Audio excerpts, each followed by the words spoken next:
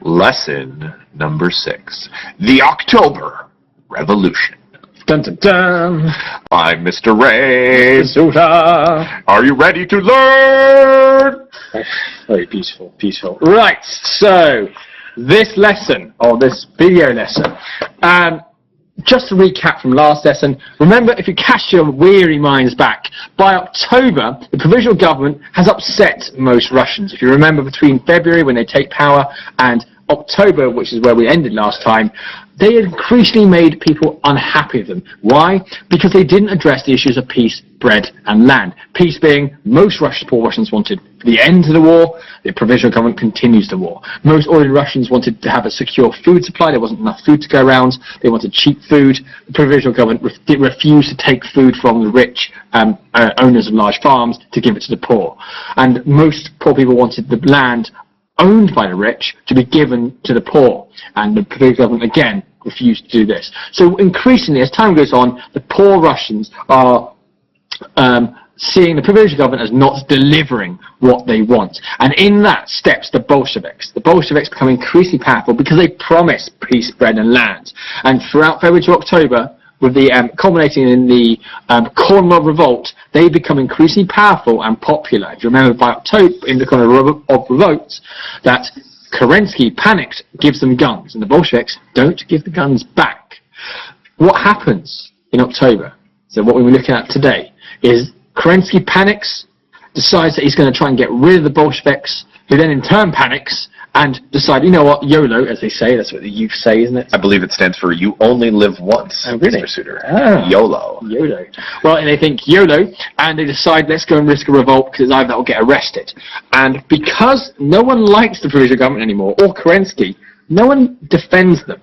And the Bolsheviks, despite the fact they are badly organized, they have small numbers, and they're just generally useless. For example, they arrested each other several times, and more people are killed in the film commemorating the October Revolution than actually the October Revolution itself.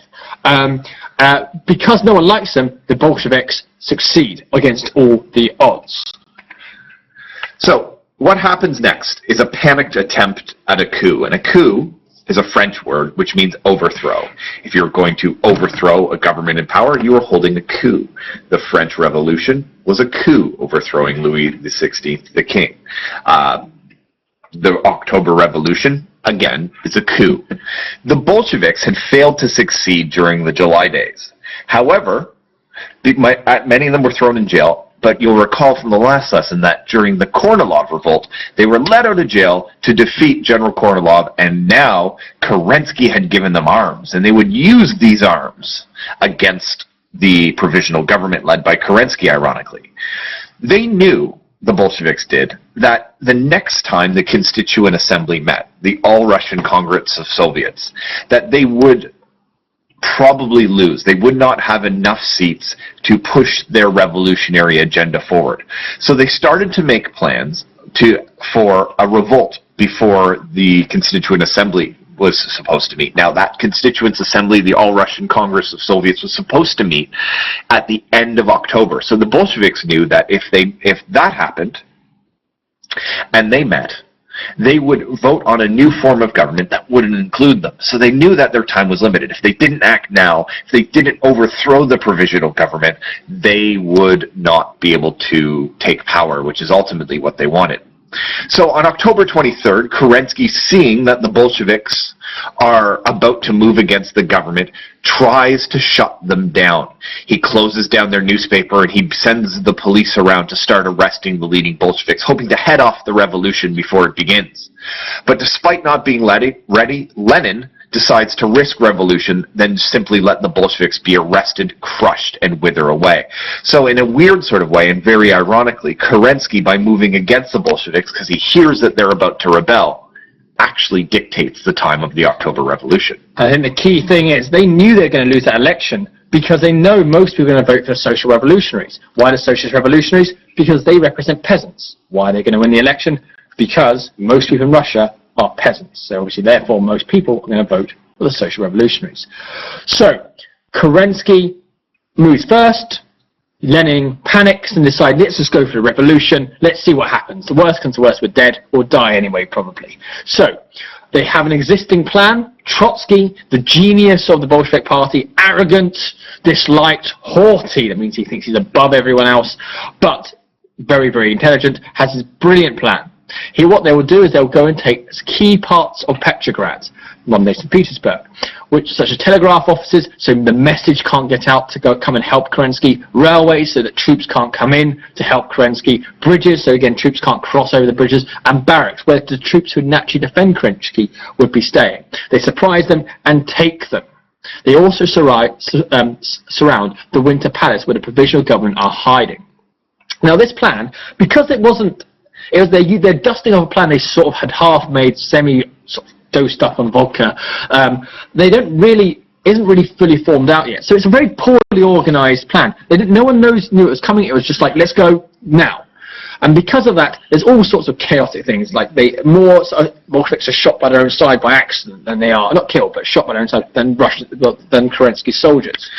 And one of the interesting things is the people in Petrograd, as the October Revolution breaks out, and it's one thing a lot of people overestimate, and it's mostly due to propaganda, because when you look at pictures like the one that starts and you see a very heroic scene with the Bolsheviks storming the Winter Palace. It looks like there's thousands of people and they're facing tremendous armed opposition. The reality was, the citizens of Petrograd, this was happening in the nighttime. Many of them didn't get involved one way or the other. Most of the soldiers who were defending things like the Winter Palace didn't really care. They were sick of the provisional government. They wanted out of the war. They knew that if their sweet gig guarding the Winter Palace was going to end sooner or later, and they were going to end up fighting the Germans on the Eastern Front, so they just sort of got out of the way.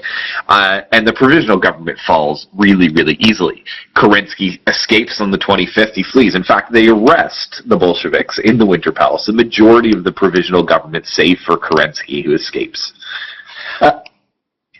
And then, so after that, there's only a few sort of holdouts left. The cruiser Aurora, taken over by socialist soldiers who had basically thrown most of their officers, their rich upper-class officers, overboard, fires its guns at the Winter Palace. Faced with how are these few, it's about 200 or so soldiers, how are they going to defend themselves against a boat several miles away? They're not going to. They surrender. In total, this revolution, 6 die and 18 provisional government members are arrested, and there are only a few hundred Bolsheviks involved. Against any normal, that's year. If we gather up year 10, that's pretty much a bigger force than Bolsheviks were using. All right, we shouldn't be able to take the government from just year 10. The fact that the government just fell over, no one stood to defend it, shows how weak and unpopular it was. Had any of the soldiers been really willing to defend it, we would be talking about the death of Trotsky and the death of Lenin, but because no one cares, because the provisional government is so unpopular at this point, no one stands to defend it. And if you don't defend the government, the only person who defends the government is the people in government themselves, and there's only a few of them. So let's recap why it was so successful. Again, really, as Mr. Suter was saying, any organized and most importantly, any popular government would have put this mini rebellion, mini coup down almost immediately. And this success really demonstrates how unpopular amongst the people and most importantly amongst the soldiers who were protecting the provisional government in the Winter Palace, how unpopular that provisional government was. Kerensky, in fact, is lucky to get away with his life. Lives a nice life in Paris, actually. Yeah, actually. Well, good on him. Paris is a lovely city. What's actually important to note here is you have a small group of people, as Mr. Suter said, probably no greater in actual numbers of revolutionaries in the total of year 10, who have now taken over the Russian government. This is not in a country of 150 plus million people at this point. This is not a majority. This is an incredibly small number. Most people do not actively support the Bolsheviks. They're generally largely apathetic and powerless. There's no real alternatives to them, and they just sort of go along with it. Russia's been in chaos since the fall of the Tsar. The war is continuing to go badly, and anything seems to go at this point. The army, moreover, seemed to be more sympathetic with the Bolsheviks. They sort of controlled by the Bolsheviks because there were many people in the Congress of Soviets who were soldiers in the military, and they basically didn't get involved. Any sort of credit for organization in this should go to Trotsky.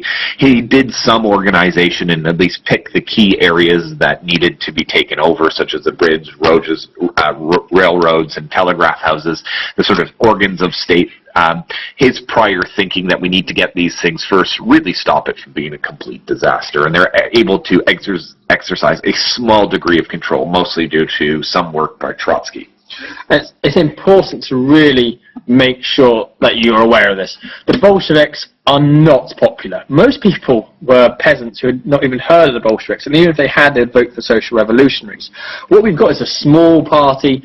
It's all right. It's, you know, not tiny. It's quite small dimensionally, but a small party taking over and saying, "Hey guys, we're in charge." This is a problem because they immediately put themselves in control. They renamed the government, the Council of People's Commissars, with Lenin at the top and Trotsky as the head of foreign affairs. There's a problem.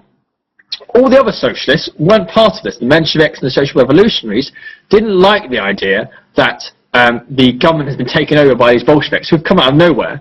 The socialist revolutionaries in particular are the biggest party by miles. And they haven't been got rid of. Yes, you've got rid of Kerensky, but the social revolutionaries were far too tough to take on, and they're not happy. And the middle classes who fear socialists are also not happy. Yes, they wanted the end of the Tsar, or many of them even were getting concerned about Kerensky, but they definitely don't want socialists in charge. Both groups decide they're not going to start a civil war. They're not going to fight back. They're going to sit and wait and see until the November elections, because the middle classes hope they'll do well.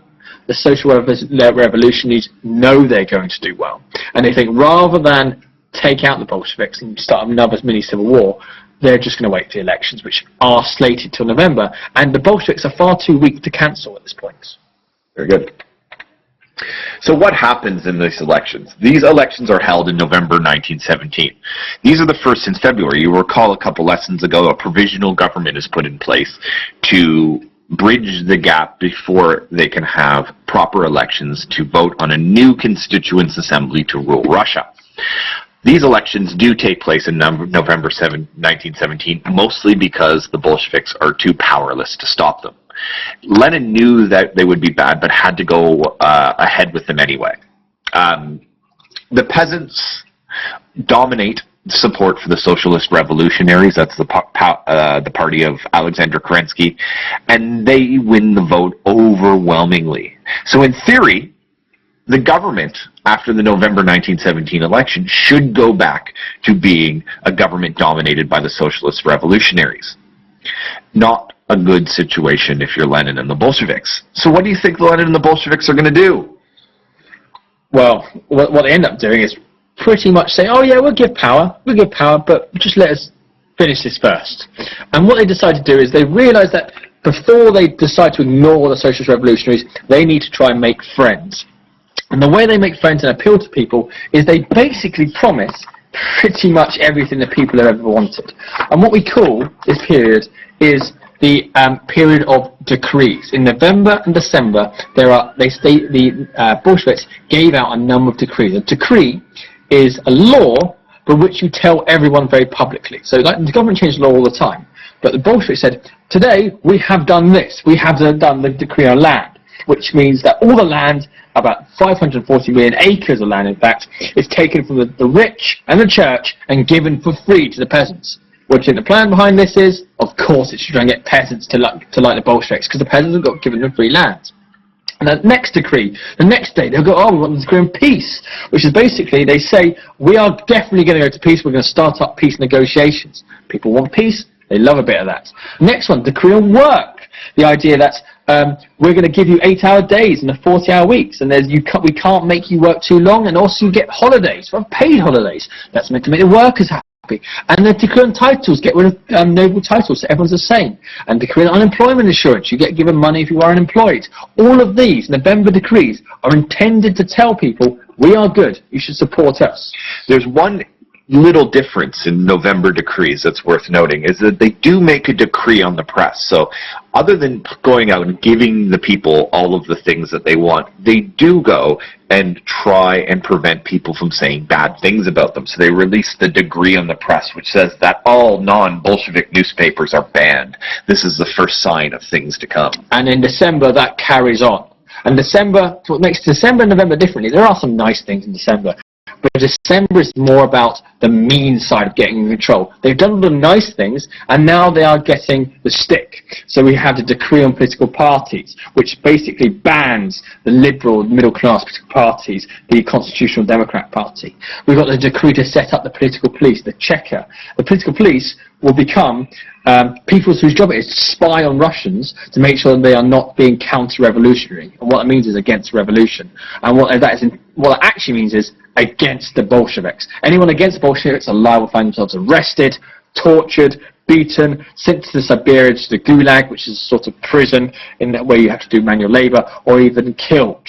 And again, the Korean banking made all the banks and most of the money supply under control of the government. So what we see in December is further decrees, this time focused far more on making them to have the actual power. So November, let's look at all the nice things we'll do. December, and now we're going to run the show. As you can imagine, the November decrees are very well publicised. The December ones are less well publicised. And they're always explained as in, we need to do this so we can get rid of those Tsarist traitors in our ranks. We will get rid of the Constitutional Democrats because they are secretly Tsarist and they want to bring the Tsar back. We'll get the Czech political police because we need to find those secret Tsarist traitors who are going to do terrorism and take over again. And banking, we need the money because the banks are run by Tsarist sympathisers, people who want to believe in the Tsar. So what is the state of Russia by 1917? No doubt you may find this a little bit confusing, and yes, things do bounce back and forth. But what you need to know is this. By December 1917, the state is increasingly becoming dominated by Bolsheviks, who are using legal changes in their November and December decrees, a combination of persuasion and bribery, to gain and hold power. The Constituents Assembly that was voted for in the November 1917's elections will not meet for the first time until January, so he has some time until, even though he lost the election, to get in and start and stop them from coming to power as the people had voted for. There is still, despite all of this, and despite the fact that Lenin is getting more and more powerful and he's shutting down the more and more freedom for the Russians, very, very powerful opposition groups, including the upper classes, the old people who did very well under the Tsar, the middle classes, and other socialists, mostly amongst the peasant farmers, who do not necessarily want the Bolsheviks to be in power. In theory, the Bolsheviks should be handing over power in January following the results of the November election. However, what is becoming more and more obvious by the turn of the new year, January 1st, 1918, is that the Bolsheviks have absolutely no intention to do so. And what we will see is that you add a stash of persuasion, a slice of bribery, he's doing the actions, a pinch of opposition, and you get a recipe for conflict. We call that a Civil War gumbo. Sounds delicious.